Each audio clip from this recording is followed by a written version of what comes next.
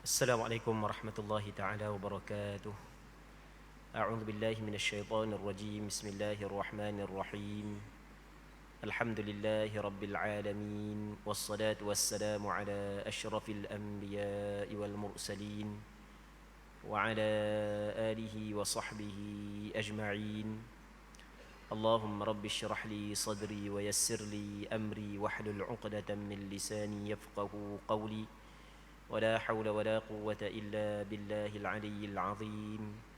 اللهم انفعنا بما علمتنا وعلمنا ما ينفعنا وعلمنا ما جهلنا وذكرنا ما نسينا. اللهم يسر ولا تعسر، رب تمم بالخير. اللهم افتح علينا فتوح العارفين، وفقنا توفيق الصالحين.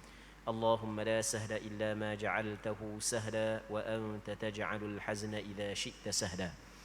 InsyaAllah kita sambung semula pengajian kitab Bulughul Maram, kitab yang membincangkan tentang hadis-hadis yang berkait dengan hukum hakam yang disusun dan dikarang oleh seorang ulama hadis yang terkenal, iaitu Syekh Ibn Hajar Al-Asqalani rahimahullahu subhanahu wa ta'ala, wa nafa'anallahu bi'ulumihi fid daraini amin. Kita masih lagi dalam bab faraid ataupun bab mawarith ataupun bab pusaka. Katanya wa an Umar bin Al-Khattab radhiyallahu anhu qala sami'tu Rasulullah sallallahu alaihi wasallam yaqul ma ahraza al-walid aw al-walad fahuwa li'asabatihi man kan. Rawahu Abu Dawud wan Nasa'i wa Ibn Majah wa sahhahu Ibn al-Madini wa Ibn Abd al-Barr. Maksudnya daripada Umar bin Al-Khattab radhiyallahu taala anhu, katanya, aku pernah mendengar Rasulullah sallallahu alaihi wasallam bersabda, harta peninggalan apa pun yang dimiliki oleh seorang ayah atau seorang anak, maka diwarisi oleh ahli asabahnya, siapa pun dia. Hadis ini diriwayat oleh Imam Abu Dawud, Imam An-Nasa'i dan Imam Ibn Majah. Hadis ini dinilai sahih oleh Imam Ibnul Madini dan Imam Ibn Abdul Barr. Muslimin muslimat yang dirahmati oleh Allah Subhanahu wa taala. Kita masih lagi dalam perbincangan berkenaan dengan pembahagian pusaka. Yang mana dalam hadis ni Sayyidina Umar bin Al-Khattab radhiyallahu taala anhu, dia menceritakan kepada kita bahawasanya dia pernah mendengar Nabi sallallahu alaihi wasallam bersabda, harta yang dimiliki oleh seorang ayah ataupun harta yang dimiliki oleh seorang anak. Jadi seorang lelaki itu dia ada harta, lepas tu dia meninggal dunia. Ataupun seorang anak dia mempunyai harta, lepas tu dia meninggal dunia. Maka harta tu selepas daripada dia meninggal dunia untuk siapa? Dalam hadis ni kata Nabi sallallahu alaihi wasallam, harta tersebut untuk asabahnya. Maksud dia untuk asabah, untuk ahli waris yang mengambil hartanya secara keseluruhan. Itu maksud asabah. Dia asabah ni gini mudah, yang lebih tepat perkataan asabah ni adalah ahli waris kepada si mati, yang kalau tidak ada ahli waris lain dia ambil belaka harta tersebut, kalau ada ahli waris yang lain dia ambil baki daripada harta tersebut. Tapi dalam hadis ni, okey, sebelum daripada kita cerita, kita nak cerita siapa dulu? Asabah. Sebelum daripada ni kita pernah cerita tentang ahli waris kepada si mati. Yang mana kita sebut ahli waris kepada si mati semua sekali sebanyak 23 orang. Yang mana dalam 23 orang, 14 orang lelaki dan 9 orang perempuan. Itu kita sebut dah sebelum daripada ni. Okey, secara ringkasnya, asabah ini adalah kesemua ahli waris lelaki, melainkan dua orang je ahli waris lelaki yang tidak mengambil asabah. Yang pertamanya adalah suami, yang keduanya adalah adik-beradik lelaki seibu. Selain daripada suami dan selain daripada adik-beradik lelaki seibu, mereka adalah ahli waris asabah. Sebagai contoh, anak lelaki adalah asabah, ahli waris asabah. Sama juga cucu lelaki daripada anak lelaki, ayah kepada si mati, datuk sebelah ayah, adik-beradik lelaki seibu sebapa, adik-beradik lelaki sebapa, adik-beradik lelaki, anak lelaki kepada adik-beradik lelaki seibu sebapa, anak lelaki kepada adik-beradik lelaki sebapa, pok saudara seibu sebapa sebelah ayah, pok saudara sebapa sebelah ayah, anak lelaki kepada pak saudara sebapa sebelah ayah, anak lelaki kepada pak saudara sebapa sebelah ayah. Jadi 12 orang ni adalah ahli waris ansabah. Maksud ahli waris ansabah pada asalnya adalah harta si mati saat itu dia dapat kalau sekiranya tak ada orang lain. Kalau ada orang lain, maka dia dapat hak yang berbaki daripada orang lain. Bagi kepada orang lain dulu, hak lebih daripada orang lain barulah dapat kepada dia. Okey, dalam hadis ni, kalau kita tengok dalam hadis ni, Rasul kata apa yang ditinggalkan oleh seorang ayah, maka harta dia boleh kepada semua sekali itu, boleh kepada asabah dia. Harta yang ditinggal oleh seorang anak, semua harta dia boleh kepada asabah dia. Baik, jadi seolah-olah selain daripada asabah tidak dapat harta ni. Mak bukan asabah, tak dapat harta ni. Seolah-olah tengok kepada hadis ni, nenek dia tidak bukan boleh asabah, maka tak dapat harta. Baik. Jadi hak yang sebenarnya harta ini dapat kepada asabah sekiranya tidak ada ahli waris fardu. Ni payah pula ni, ahli waris fardu kena urah pula sekali lagi. Sebelum ni kita urah banyak kali dah. Di ahli waris kepada si mati, ada ahli waris yang dapat kadar yang tertentu. Kadar yang telah ditetapkan. Kadar yang telah ditetapkan oleh Allah Ta'ala ada 6 dalam Quran. Yang pertamanya separuh, 1/2. Yang keduanya 1/3, 2/3, 1/4, 1/6, 1/8. Baik, ni dipanggil benda istilah, dalam istilah ulama nama dia fardu.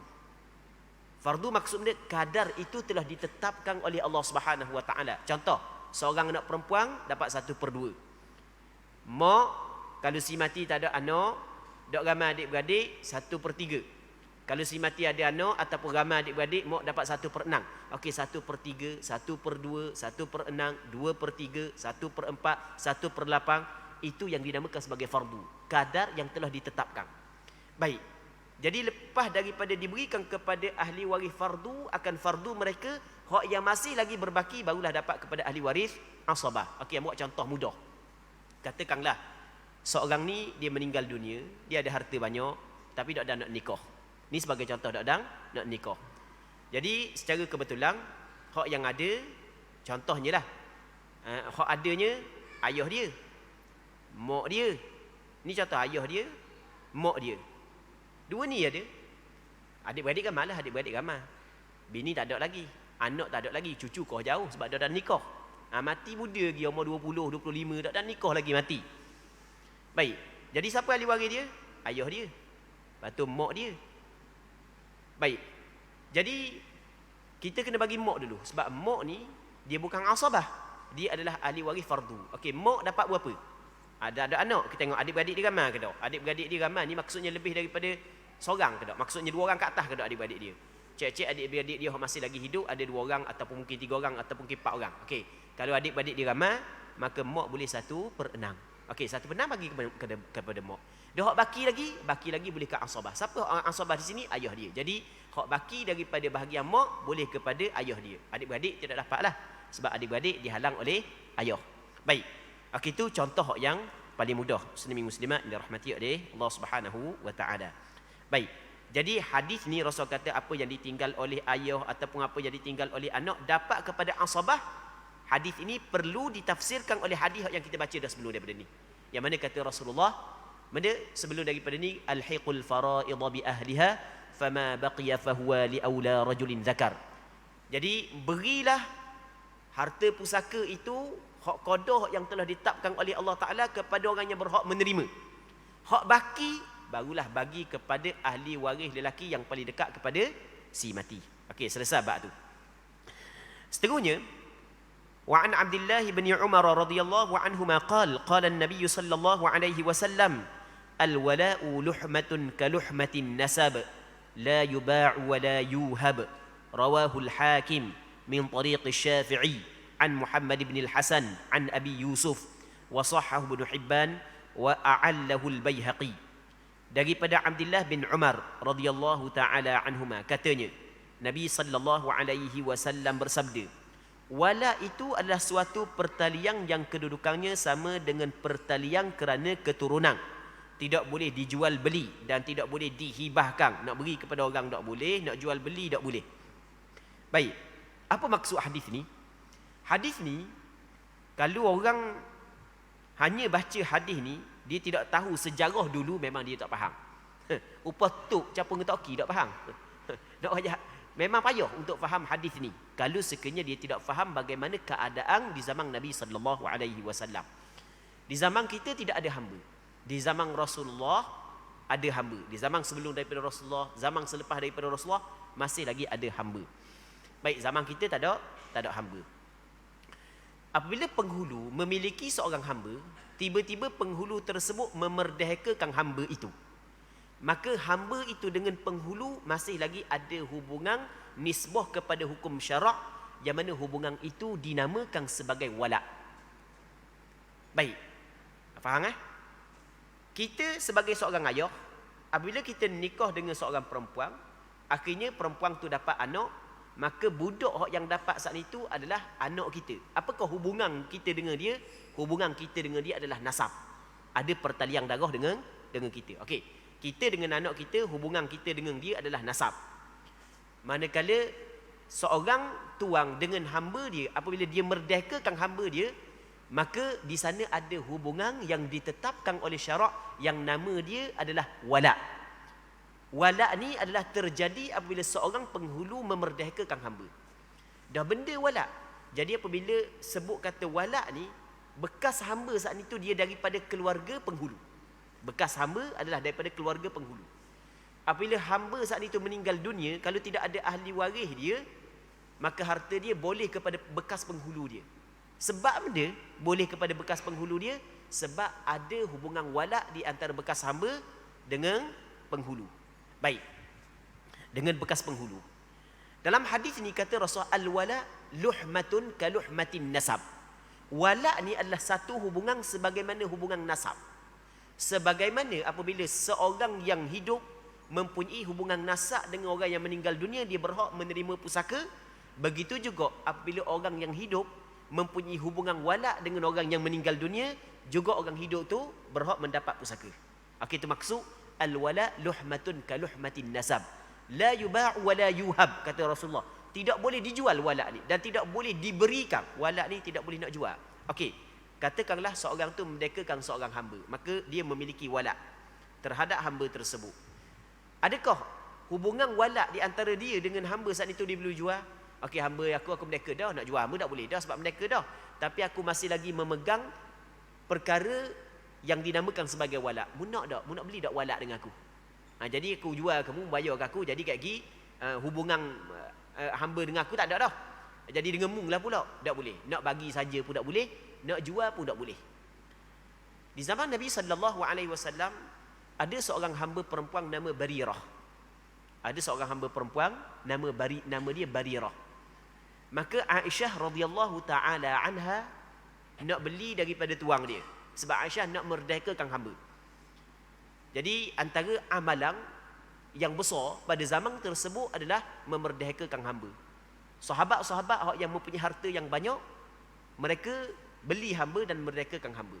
Antara amalan yang amat dititik beratkan oleh agama kita adalah memerdekakan hamba. Jadi Aisyah radhiyallahu taala anha ada duit, ada harta sikit, dia pun nak beli Barirah, tujuan untuk memerdekakan Barirah. Baik, bagi Barirah ni radhiyallahu taala anha, dia orang baik. Barirah ni orang rajin. Barirah ni orang yang mempunyai akal yang cerdik. Maka bekas penghulu dia ataupun tuang-tuang dia telah mensyaratkan kepada Aisyah bahawasanya wala' bagi Barirah mereka memiliki. Okey, Aisyah nak beli, kami jual. Lagi Aisyah memerdekakan Barirah, sepatutnya wala' Barirah kepada Aisyah dimiliki oleh Aisyah. Tetapi tuang-tuang dia nak wala' saat itu kepada mereka. Nak jual kepada Aisyah Barirah. Lepas tu wala' Barirah lagi selepas daripada Aisyah memerdekakan Barirah, mereka nak. Baik. Maka Rasulullah sallallahu alaihi wasallam suruh Aisyah beli. Aisyah khabar kepada Rasulullah. Maka Rasulullah suruh Aisyah beli. Lepas tu Rasulullah suruh Aisyah memerdekakan. Lepas tu Rasulullah sallallahu alaihi wasallam berkhutbah. Rasulullah khabar, kenapakah ada di kalangan orang Islam mereka itu telah mensyaratkan perkara hak yang menyalahi apa hak yang ditetapkan oleh Allah Subhanahu wa taala. Jadi meletakkan syarat dalam jual beli tersebut adalah tidak dibolehkan seperti hak yang diletakkan oleh tuang kepada Barirah kepada Aisyah. Jadi bermakna apabila Aisyah membeli Barirah, Aisyah memerdekakan Barirah, maka walak bagi Barirah telah dimiliki oleh Aisyah, bukan daripada tuang dia, walaupun tuang dia telah mensyaratkan dalam jual beli. Kerana syarat yang menyalahi apa yang ditetapkan oleh syarat tidak diambil kira, tidak terpakai. Baik. Okey. Jadi kita fahamlah maksud dia al-wala luhmatun ka luhmatin nasab la yuba'u wa la yuhab. Hadis ini diriwayat oleh Imam Hakim An-Naisaburi daripada tariq Imam Asy-Syafi'i daripada Muhammad bin Hasan Asy-Syaibani daripada Abi Yusuf, Qadhi Abi Yusuf, dan hadis ini dinilai sahih oleh Imam Ibn Hibban. Namun Imam Baihaqi menghukum hadis ini sebagai hadis yang ada masalah. Walau bagaimanapun masih lagi ramai ulama hadis menilai hadis ini sebagai hadis sahih. Apatah lagi hadis ini disokong oleh hadis-hadis sahih yang lain. Seterusnya, muslimin muslimat yang dirahmati oleh Allah Subhanahu wa taala, katanya wa an Abi Qilabah an Anas qala qala Rasulullah sallallahu alaihi wasallam afradukum Zaid bin Thabit akhrajahu Ahmad wal arba'ah siwa Abi Dawud wa sahhahu Tirmidzi wa Ibn Hibban wal Hakim wa u'illa bil irsal.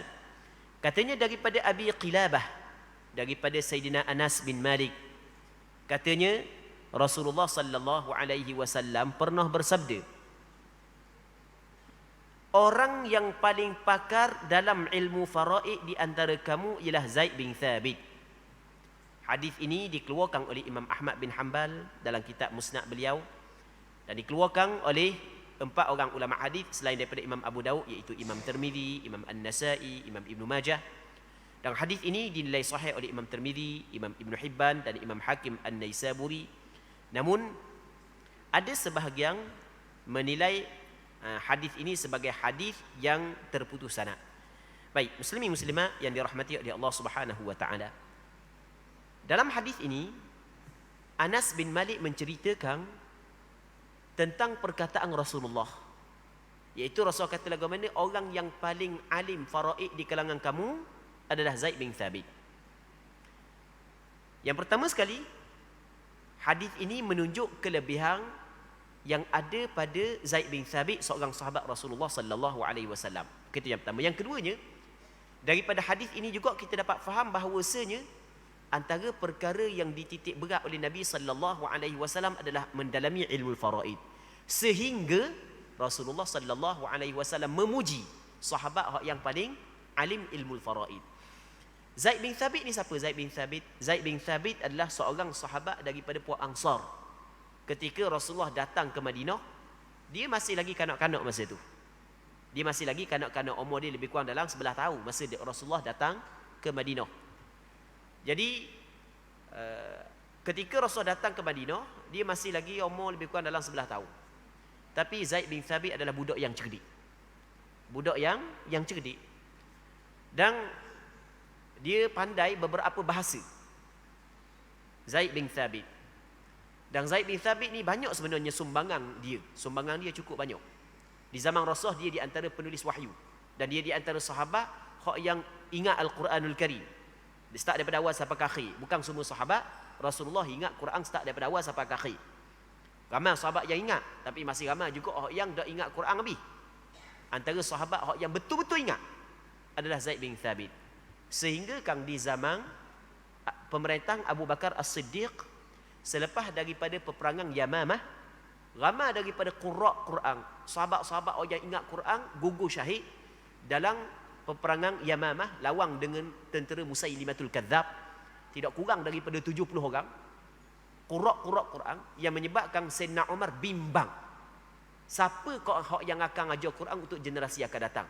Sebab peperangan akan berlaku lagi lepas daripada ni. Peperangan dengan orang ni, peperangan dengan orang ni. Dan orang yang ada Quran dalam dada, Allah Ta'ala bagi keberanian kepada dia. Mereka berada di barisan hadapan. Maka biasanya dalam peperangan, orang yang duduk barisan hadapan, dia cepat gugur syahid.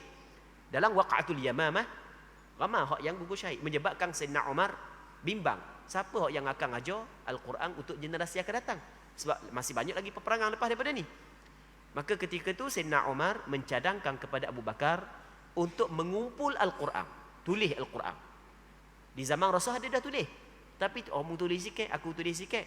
Tulis utik Al-Quran seperti mana di zaman kita ni tidak ada lagi. Sebab kebanyakan sahabat benda ingat Al-Quran kerana pada ketika itu Allah Ta'ala bagi anugerah kepada mereka kuat ingatan. Baik, ada mu tulis sikit, aku tulis sikit. Pada peringkat awal, Abu Bakar As-Siddiq radhiyallahu ta'ala anhu tidak menerima. Kata Abu Bakar As-Siddiq kepada Sayyidina Umar, kaifa taf'al ma lam yaf'alhu Rasulullah sallallahu alaihi wasallam? Bagaimana mu nak buat benda yang tidak pernah dibuat oleh Rasulullah?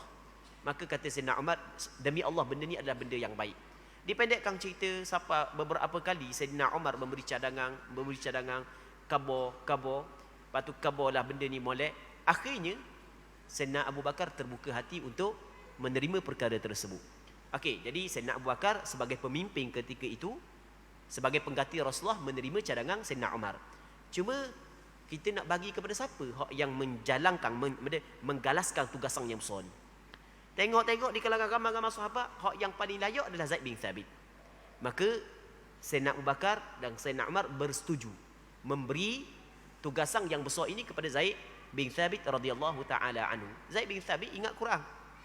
Tapi hak yang dia akan tulis saat itu mesti hak yang pernah ditulis di hadapan Rasulullah serta hak yang ingat. Okey, itu di antara sumbangan Zaid bin Thabit. Begitu juga di zaman Sayyidina Uthman. Okey, kita dah cerita panjanglah. Dalam hadis ni Rasulullah menceritakan tentang kelebihan Zaid bin Thabit. Orang yang paling alim faraid di kalangan mereka itu, yakni di kalangan umat Nabi Muhammad sallallahu alaihi wasallam adalah Zaid bin Thabit radhiyallahu taala anhu. Tapi bukanlah bermakna sahabat-sahabat lain tidak alim. Sahabat lain juga alim, tapi orang yang Rasulullah iktiraf adalah antaranya Zaid bin Thabit radhiyallahu taala anhu. Ya, sebenarnya hadis ni panjang. Hadis ni panjang. Kata Rasulullah, arhamu ummati bi ummati Abu Bakrin wa ashadduhum fi amrillahi Umar wa asdaquhum hayaan Uthman. Kata Rasulullah, orang yang umat aku yang paling kuat kasih sayang mengasihani terhadap umat aku adalah Abu Bakar. Abu Bakar, Allah Subhanahu Wa Taala meletakkan perasaan rahmah kepada umat Nabi Muhammad sallallahu alaihi wasallam memang cukup hebat. Kasih sayang dia, kasih dia terhadap umat Rasulullah sallallahu alaihi wasallam tidak ada tandingannya. Sehingga kan Rasul kata, "Benda arhamu ummati bi ummati Abu Bakrin." Orang yang paling kasih dari kalangan umatku terhadap umatku adalah Abu Bakar. Tapi wa ashadduhum fi amrillah Umar. Orang yang paling tegas di kalangan umatku terhadap perintah Allah adalah Sayyidina Umar. Sayyidina Umar cukup tegas. Wa asdaquhum hayaan Uthman. Orang yang paling benar sikap malu di kalangan umatku adalah Sayyidina Uthman. Wa a'lamuhum bil halal wal haram Mu'adz bin Jabal. Orang yang paling alim di kalangan umat aku tentang perkara yang halal dan perkara yang haram adalah Mu'adz bin Jabal. Lepas tu wa afraduhum Zaid bin Thabit. Orang yang paling alim faraid di kalangan umat aku adalah Zaid bin Thabit. Wa likulli ummatin amin wa aminu hadhihi al-ummah Abu Ubaidah bin Jarrah. Setiap umat ada orang yang sangat-sangat amanah, dan orang yang paling amanah, orang yang sangat amanah di dalam umat Nabi Muhammad sallallahu alaihi wasallam adalah Abu Ubaidah bin Al-Jarrah radhiyallahu taala anhum jami'an. Baik, jadi hadis ni yang pertama Rasul ingin menyatakan kepada kita tentang kelebihan yang ada pada Zaid bin Thabit. Zaid bin Thabit adalah orang yang alim dalam ilmu al-faraid. Baik, yang kedua kita dapat faham daripada hadis ini adalah apabila Rasulullah memuji Zaid bin Thabit dengan alim ilmu al-faraid, maka bermakna kita dapat faham bahawasanya antara perkara yang ditekankan oleh Nabi sallallahu alaihi wasallam, kita dapat faham daripada hadis ini adalah kita mesti juga kena mendalami ilmu al-faraid. Kalau sekiranya benda ni tidak comel, Rasulullah tidak akan memuji Zaid bin Thabit dengan ada perkara ini. Di dalam bab faraid, muslimin muslimat yang dirahmati oleh Allah Subhanahu wa taala, di sana ada hukum hakam dalam bab faraid yang berlaku kesepakatan di kalangan ulama. Di sana ada hukum hakam yang berlaku kesepakatan di kalangan sahabat ada. Dan di sana ada beberapa masalah yang berlaku khilaf di kalangan para sahabat. Sahabat ni kata gini masalah ni, sahabat ni kata gini masalah ni, sahabat ni kata gini. Baik, Amba nak buat contoh lah, sebab kalau Amba buat contoh jadi kau pening takut. Okey, bolehlah buat satu contoh je. Amba buat satu contoh sahaja. Baik, ni di antara benda yang berlaku khilaf. Adakah datuk? Datuk ni ayah kepada ayah, dia mengambil tempat ayah ketika tak ada ayah 100%, ataupun dia mengambil tempat ayah hanya kebanyakan sahaja. Ini berlaku khilaf. Sebahagian daripada sahabat mengatakan datuk dia mengambil tempat ayah 100%. Apabila ayah tak ada, dia mengambil tempat ayah. Apabila dia mengambil tempat ayah, maka sebagaimana ayah menghalang segala adik-beradik, datuk juga menghalang segala adik-beradik. Adik-beradik semua dihalang oleh ayah, datuk juga menghalang segala adik-beradik. Okey, ini pandangan sebahagian daripada sahabat. Sebahagian sahabat yang lain berpandangan bahawasanya datuk mengambil tempat ayah ketika ayah tak ada, tapi bukan 100%. Ada beberapa tempat datuk tidak mengambil tempat ayah. Antaranya adalah ayah menghalang adik-beradik, tapi datuk tidak menghalang adik-beradik. Datuk tidak menghalang adik-beradik seibu sebapa dengan adik-beradik sebapa. Kerana martabat datuk dengan adik-beradik adalah sama. Dah mana pula martabat datuk dengan adik-beradik sama? Ni payah sikit payah sikit. Okey, gini, kita nak faham. Datuk nak sapa kepada si mati melalui siapa? Melalui ayah. Jambatan datuk kepada si mati melalui siapa? Melalui ayah. Adik-beradik sebapa? Jambatan dia kepada si mati melalui siapa? Melalui ayah. Boleh faham tak? Apakah hubungan di antara adik-beradik sebapa dengan si mati? Okey, dia adik-beradik sebapa. Maksudnya bapa yang sama. Jambatan dia melalui si mati melalui ayah. Okey, boleh faham? Datuk juga melalui ayah. Jadi datuk dengan adik-beradik satu martabat. Apabila satu martabat, tidak boleh menghalang di antara satu sama lain. Okey, ini pandangan sebahagian daripada sahabat Nabi sallallahu alaihi wasallam. Jadi berlaku khilaf di kalangan sahabat Rasulullah sallallahu alaihi wasallam dalam beberapa masalah dalam ilmu faraid. Baik. Tapi di sana ada hadis yang sahabat yang paling alim dalam ilmu faraid adalah Zaid bin Thabit. Walaupun ada sebahagian daripada sahabat mengetahui kelebihan yang ada pada Zaid bin Thabit melalui iktiraf Nabi sallallahu alaihi wasallam, melalui pengiktirafan Nabi sallallahu alaihi wasallam, tapi tetap sahabat-sahabat yang lain yang mampu berijtihad, yang mampu mengeluarkan hukum daripada Quran dan hadis, mereka tidak mengikut Zaid bin Thabit. Zaid bin Thabit berpandangan sedemikian. Abdullah bin Abbas kata, aku tidak berpandangan sedemikian sebab aku faham Quran dan aku faham hadis lain. Baik, begitu juga Sayyidina Umar kadang-kadang tidak sependapat dengan Zaid bin Thabit. Kadang-kadang ada sahabat-sahabat yang lain tidak sependapat dengan Zaid bin Thabit dalam masalah tertentu. Walaupun Zaid bin Thabit mendapat pengiktirafan orang yang paling alim, bukanlah bermakna para sahabat yang lain tidak boleh menyalahi beliau. Kerana orang yang mempunyai kemampuan dan keahlian untuk memahami Quran dan hadis, tanggungjawab dia adalah mengeluarkan hukum melalui Quran dan hadis, mengikut apa yang dia faham. Baik. Jadi dalam hadis ini di antara kelebihan Zaid bin Thabit. Amun nak sebut lagi, mazhab Imam Syafi'i dalam bab faraid adalah mazhab Zaid bin Thabit. Mazhab Imam Syafi'i dalam bab faraid adalah mazhab Zaid bin Thabit. Baik. Kalau kita buka dalam kitab Matan Ar-Rahbiyah, dia setiap ilmu dia ada matang ataupun ada kitab asas. Setiap ilmu ada kitab asas. Apa maksudkan kitab asas ni? Kitab bahasa Arab. Yang biasa kalau penuntut ilmu, kitab asas ni mereka hafal. Antara kitab asas dalam ilmu faraid, nama kitab dia adalah Muqaddimah Ar-Rahbiyah yang dikarang oleh Imam Muhammad bin Ali Ar-Rahbi. Yang mana dalam kitab tersebut, Imam Ar-Rahbi ketika dia nak mengarang ilmu faraid, pada muqaddimah dia katakan, wa nas'alullaha lana al-i'anah fima tawakhayna min al-ibanah an madhhabil imam Zaid al-Faradi an madhhabil imam Zaid al-Faradi idh kana dhaka min ahammil gharadi. Dia sebut perkataan Zaid.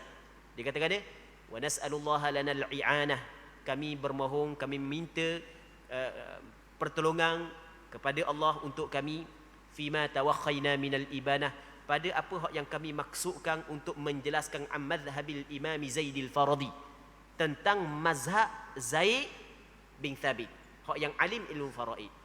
Dalam bait yang berikutnya kata Imam Ar-Rahbi, wa anna Zaidan khusala mahalah fima habahu khatamur risalah, bahawasanya Zaid ni adalah dikhususkan secara yakin kerana disebut dalam hadis wa anna Zaidan khusala mahalah fima habahu khatamur risalah, pada perkara, pada hadis yang pernah Rasul beri kepada dia, yang mana Rasulullah sallallahu alaihi wasallam menyatakan kelebihan beliau, min qawlihi fi fadlihi munabbiha afradukum Zaidun wa nahika biha. Rasulullah menjelaskan kelebihan Zaid bin Thabit. Rasulullah memberi peringatan kepada kita tentang kelebihan Zaid bin Thabit. Orang yang paling alim di kalangan kamu tentang ilmu faraid adalah Zaid bin Thabit. Dan wa nahika biha, dan cukup dah pengakuan daripada Nabi sallallahu alaihi wasallam untuk kita mencari bukti-bukti dan dalil-dalil yang lain. Maka kata Imam Ar-Rahbi, fakana aula bittiba'i tabi'ina siyama wa qad nahahu Syafi'i. Maka mazhab bin Zaid bin Thabit adalah yang mazhab yang paling utama diikuti oleh orang yang datang selepasnya. Apatah lagi Imam Syafi'i sama dengan pandangan Imam Zaid bin Thabit. Jadi kita mazhab Syafi'i dalam bab pusaka adalah mazhab Zaid bin Thabit radhiyallahu taala anhu. Baik. Seterusnya babul wasaya. Okey, kita masuk dalam bab baru, iaitu bab pada menyatakan wasiat. Lepas daripada bab pusaka, kita nak masuk tentang bab wasiat. Muslimin muslimat yang dirahmati oleh Allah Subhanahu wa taala, kata Al-Hafiz Ibn Hajar Al-Asqalani rahimahullahu subhanahu wa ta'ala, عن ابن عمر رضي الله عنهما أن رسول الله صلى الله عليه وسلم قال ما حق امرئ مسلم له شيء يريد أن يوصي فيه يبيت ليلتين إلا ووصيته مكتوبة عنده متفق عليه. Daripada Abdullah bin Umar radhiyallahu taala anhuma telah menceritakan bahawa Nabi sallallahu alaihi wasallam pernah bersabda, tidak sekali-kali layak dan patut seorang Muslim, tidak sekali-kali layak, dan bukanlah perkara yang betul, dan bukanlah perkara yang benar begini, tak layak begini, bahawa seorang Muslim memiliki sesuatu yang hendak diwasiatkannya menginap selama 2 malam. Jadi ada benda yang perlu dia berwasiat, sampai kedua malam tak wasiat lagi, maka hak ni bukan benda benar. Ini bukan benda betul. Bukan, tidak selayak orang Islam ada sikap sebegini. Baik. Melainkan wasiatnya itu wajib, telah tertulis di sisinya. Jadi kalau ada keinginan untuk berwasiat, janganlah dibiarkan sampai kedua malam masih lagi belum tertulis. Bahkan biarlah wasiat dia tertulis di sisinya. Baik. Ini maksud daripada hadis. Muslimin muslimat yang dirahmati oleh Allah Subhanahu wa taala. Hadis ni dikeluarkan oleh Imam Bukhari dan Muslim dalam kitab sahih bagi keduanya. Sebahagian daripada ulama, antaranya Imam Ibn Daqiq al-Eid, ketika beliau mensyarahkan hadis ini, beliau menyebut bahawasanya wasiat yang dimaksudkan dalam hadis ini adalah wasiat yang wajib. Maksud dia wasiat yang wajib, contoh, katakanlah seorang tu ada hutang dengan kawan dia. Dia ada hutang, tak kira lah banyak mana pun hutang, dia ada hutang. Yang mana ahli keluarga dia tak tahu seorang. Baik, maka menjadi kewajipan kepada dia, pesan kepada ahli keluarga dia, kalau dia mati, tak dang nak bayar hutang, tolong bayar hutang dia. Ini termasuk dalam wasiat yang wajib. Baik, dia kadang-kadang ahli keluarga tak tahu ada hutang. Ahli keluarga tak tahu ada hutang. Dia buat senyap je. Dia buat senyap, dia ingat dia segar dah apa. Segar lagi nampak dia tak tahu bahawasanya, dia tak tengok, dia perhati molek bahawasanya mati ni bukan kira sakit dan segar, bukan kira tu. Mati ni bukan kira sakit, mati ni bukan kira tua. Kalau kira sakit, tak ada orang segar mati. Molek-molek ada orang segar mati. Kalau kira tua, tak ada orang muda mati. Ramai mana orang muda mati, ramai mana budak mati.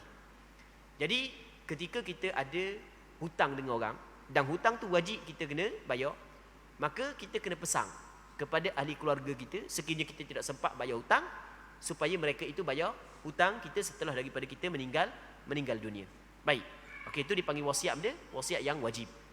Okey, itu yang pertama. Di sana dipanggil ada pula wasiat yang sunat. Baik, nanti kita akan cerita wasiat yang sunat lepas daripada ni. Muslimin muslimat yang dirahmati oleh Allah Subhanahu wa taala. Katanya wa an Sa'd bin Abi Waqqas radhiyallahu anhu qala qultu ya Rasulullah ana dhu mal wa la yarithuni illa ibnatun li wahidah afa atasaddaqu bi thuluthi mali qala la qultu afa atasaddaqu bi shatrih qala la qultu afa atasaddaqu bi thuluthi qala الثلث والثلث كثير إنك انتظر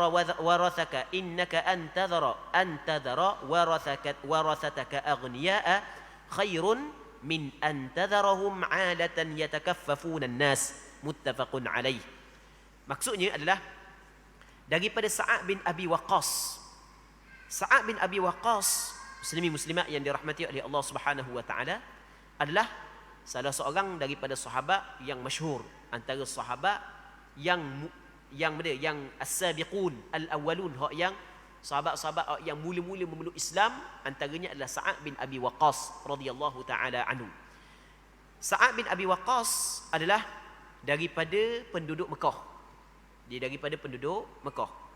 Sa'ad bin Abi Waqqas. Dan Sa'ad bin Abi Waqqas antara sahabat Rasulullah yang mustajab doa. Sa'ad bin Abi Waqqas ada kelebihan tersendiri. Antara kelebihannya adalah dia salah seorang daripada sahabat yang dijamin syurga oleh Nabi sallallahu alaihi wasallam. Dalam satu hadis yang dikeluarkan oleh Imam Tirmizi dalam kitab Sunan beliau dan beberapa orang ulama hadis yang lain daripada Abdul Rahman bin Auf, kata Nabi sallallahu alaihi wasallam, Abu Bakrin fil jannah, Abu Bakar dalam syurga, wa Umar fil jannah, wa Uthman fil jannah, wa Ali fil jannah, wa Talhah fil jannah, wa Zubair fil jannah, wa Abdul Rahman bin Auf fil jannah, wa Sa'd fil jannah, wa Sa'id fil jannah, wa Abu Ubaidah bin al-Jarrah fil jannah. Kata Rasulullah. Rasulullah kata Abu Bakar dalam syurga, Umar dalam syurga, Uthman dalam syurga, Ali dalam syurga, lepas tu Talhah dalam syurga, Zubair bin Awam dalam syurga, Abdul Rahman bin Auf dalam syurga, Sa'ad bin Abi Waqqas dalam syurga, Sa'id bin Zaid dalam syurga, Abu Ubaidah bin Al-Jarrah dalam syurga. Ni 10 orang sahabat yang dijamin syurga oleh Nabi sallallahu alaihi wasallam. Antaranya adalah Sa'ad bin Abi Waqqas. Ceritanya lagu mana? Pada tahun Fathu Makkah, muslimin muslimat yang dirahmati oleh Allah Subhanahu wa taala, ataupun yang lebih tepatnya pada tahun Hajjatul Wada', bukan pada tahun Fathu Makkah, pada tahun Hajjatul Wada', dalam hadis yang dikeluarkan oleh Imam Bukhari dan Muslim, yang mana pada tahun Hajjatul Wada', haji selamat tinggal. Lepas daripada Rasul balik daripada haji tersebut, hanya beberapa tempoh saja Rasul wafat. Pada tahun Hajjatul Wada', antara sahabat yang menyertai mengerjakan haji bersama dengan Rasulullah ada Sa'ad bin Abi Waqqas. Jadi apabila sampai di Mekah, Sa'ad bin Abi Waqqas sakit teruk. Apabila Rasul dengar dia sakit teruk, Rasul pergi ziarah dia. Okey, ketika Rasul pergi ziarah dia, masa dia sakit teruk saat itu, ditanya Rasulullah. Dia khabar kepada Rasulullah sallallahu alaihi wasallam, Rasulullah, aku ni harta banyak, tapi anak puan seorang je. Aku harta banyak, anak puan seorang saja. Boleh tak aku nak bersedekah dengan 1/2 daripada hartaku? Boleh tak aku nak sedekah dengan 1/2 daripada hartaku? Bukan 1/2, 2/3. Tu hak yang betul.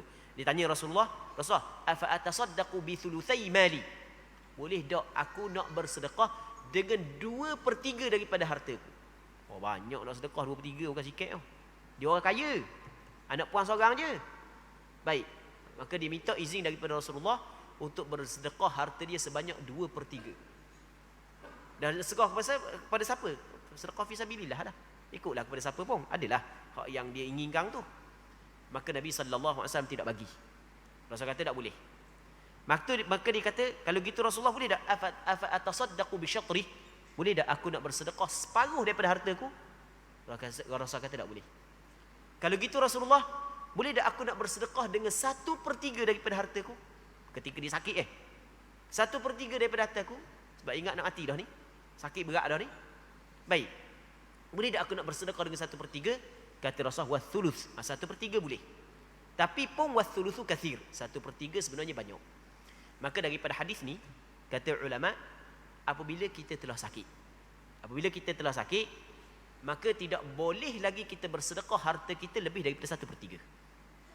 Ambil daripada hadis ni, apabila kita sakit, tidak sah sedekah kita lebih daripada 1/3 kalau kita sakit. Sebelum sakit, kita nak sedekah habis licin harta kita pun tak ada masalah. Sebagaimana Abu Bakar pernah bersedekah ke semua harta dia. Satu hari itu, Sayyidina Umar duk mikir, oh aku ada harta banyak Jadi sebelum daripada ni kalah aku semua aku dengan Abu Bakar. Dalam bab ni kalah, dalam bab ni kalah, dalam bab ni kalah. Hari ni aku nak menang. Nak biar aku ni memenangi Abu Bakar. Banyak dia bawa harta banyak. Pergi jumpa dengan Rasulullah. Rasulullah, ni harta aku banyak ni aku infak fi sabilillah. Ke Rasul tanya, wahai Umar, dah mu tinggal dia kepada keluargamu? Kata Umar, aku tinggal separuh lagi. Jadi separuh je aku sedekah, separuh lagi aku tinggal. Tiba-tiba mari Sayyidina Abu Bakar, sedekah, harta dia banyak juga. Rasulullah, ni aku sedekah pada fisabilillah. Lepas tu Rasul tanya, Abu Bakar, dah mu tinggal mana kepada keluargamu? Kata dia, aku tinggal dia Allah dan Rasulnya. Habis licin, dia sedekah. Okey, ketika kita sihat, habis licin kita nak sedekah harta kita kepada orang dibolehkan. Tapi dengan syarat. Dengan syaratnya adalah kita orang yang tawakal tinggi. Tawakal tinggi. Kebergantungan hati kita dengan Allah Subhanahu Wa Taala tinggi. Dan kita mampu untuk bekerja, memberi nafkah kepada diri kita dan orang yang berada di bawah tanggungan kita. Tapi kalau kita tawakal tak tinggi, lepas kat gigi sudah, ngukit sekali kat gigi. Okey, hak tu tidak digalakkan. Sama juga kalau kita tidak mampu untuk bekerja, juga tidak digalakkan. Ketika kita sihat, kita mampu lagi nak cari biti, dan tawakal kita tinggi, maka kalau kita nak sedekah dengan habis harta kita pada fisabilillah, dibolehkan sebagaimana hak yang Abu Bakar buat. Tetapi apabila kita sakit, tak boleh dah. Baik, tidak boleh dah kita nak bersedekah dengan harta kita, melainkan hanya sekadar 1/3 ke bawah. Lebih daripada 1/3 tak boleh dah. Sebab dia, sebab masa kita sakit, harta kita bukan jadi milik kita saja dah. Sudah benda terikat dengan ahli waris kita. Jadi sebahagian daripada harta kita telah menjadi milik kepada ahli waris kita. Baik, soalannya, kenapakah Sa'ad bin Abi Waqqas radhiyallahu taala anhu nak sedekah sampai ke 2/3 harta dia? Bukan sikit, banyak. Harta dia orang banyak piti, orang kaya orang banyak piti. Ini nak keluar banyak sampai 2/3. Sebab dia, yang pertama sekali dalam Al-Quran, antara keinginan orang yang meninggal dunia dihidupkan kembali untuk untuk dia bersedekah. Fa as-saddaqah wa akum minas salihin. Siapa orang yang meninggal dunia, benda yang dia nak apabila dia dibangkit semula, antara amalan dia bersedekah. Sebab dia melihat pahala sedekah memang cukup besar. Sebab itulah dalam hadis yang lain kata Nabi sallallahu alaihi wasallam, ayyukum mal warithihi ahabbu ilaihi min mali. Siapa di kalangan kamu harta waris dia lebih disayang berbanding dengan harta dia? Siapa di kalangan kamu harta waris dia lebih disayang daripada harta dia? Maka kata sahabat, tidak ada di kalangan kami melainkan dia sayang harta dia berbanding dengan harta waris dia. Kata Nabi sallallahu alaihi wasallam, maluhu ma qaddam wa malu ma warithihi ma akhar. Harta dia sungguh adalah harta yang dia telah guna pada jalan Allah Subhanahu Wa Taala. Kerana hak itulah hak yang akan kembali kepada dia di akhirat nanti. Manakala hak yang dia sipang, hak tu bukan harta dia, hak tu adalah harta waris dia. Jadi oleh kerana duk teringat yang pertama hak disebut dalam Quran tentang kelebihan bersedekah, maka akhirnya siapa? Sa'ad bin Abi Waqqas radhiyallahu taala anhu ketika sakit, hak yang dia mari mikir benda nak sedekah harta dia supaya ganjaran pahala dia boleh bawa sehingga dia bertemu dengan Allah Subhanahu Wa Taala. Tapi Rasul tidak mengizinkan. Rasul tidak mengizinkan untuk dia bersedekah 2/3 harta dia. Oh, payah nak cari orang lagu ni. Memang payah nak cari. Payah nak cari sampai ke 2/3 harta nak bagi orang Melaka kan. Baik, memang payah. Tapi oleh kerana dia melihat kepada ganjaran di sisi Allah Subhanahu Wa Taala, dia nak bawa harta ni bersama dengan dia, maka dia nak bersedekah. Tapi ketika dia sakit, ada dah terikat dengan hukum. Tidak boleh dia bersedekah lebih daripada 1/3. Hanya sekadar hanya sekadar 1/3 ke bawah. Lebih daripada 1/3 tidak dibolehkan. Maka Rasulullah sebut sebab dia, kata Rasulullah, sesungguhnya mung meninggal ahli warismu dalam keadaan kaya, hal tu lebih baik daripada mung tinggal mereka itu dalam keadaan susah, mereka itu meminta-minta daripada manusia. Jadi mu sekarang ni mu nak mati dah, mu tidak boleh kerja dah. Jadi mu akan tinggal ahli warismu. Jadi kalau mu ditinggal dia dalam keadaan kaya, hak tu lebih baik untuk dia. Baik, muslimin muslimat yang dirahmati oleh Allah Subhanahu Wa Taala. ulama ambil daripada hadis ni juga. Ulama ambil daripada hadis ni juga bahawasanya orang yang sihat dia tidak boleh bersedekah dengan harta dia lebih daripada 1/3 yang diikatkan dengan kematian. Maksud dia, kita di sana sebenarnya pada asalnya sedekah ni masa kita hidup. Sedekah ni kita kena buat masa kita hidup. Mati-mati nak sedekah dah, habis dah. Idza mata ibnu Adam inqata'a 'amaluhu. Apabila mati anak Adam, putus dah amalan dia. Pada asalnya begitu. Tetapi Allah Ta'ala telah memberi anugerah, telah bersedekah kepada kita.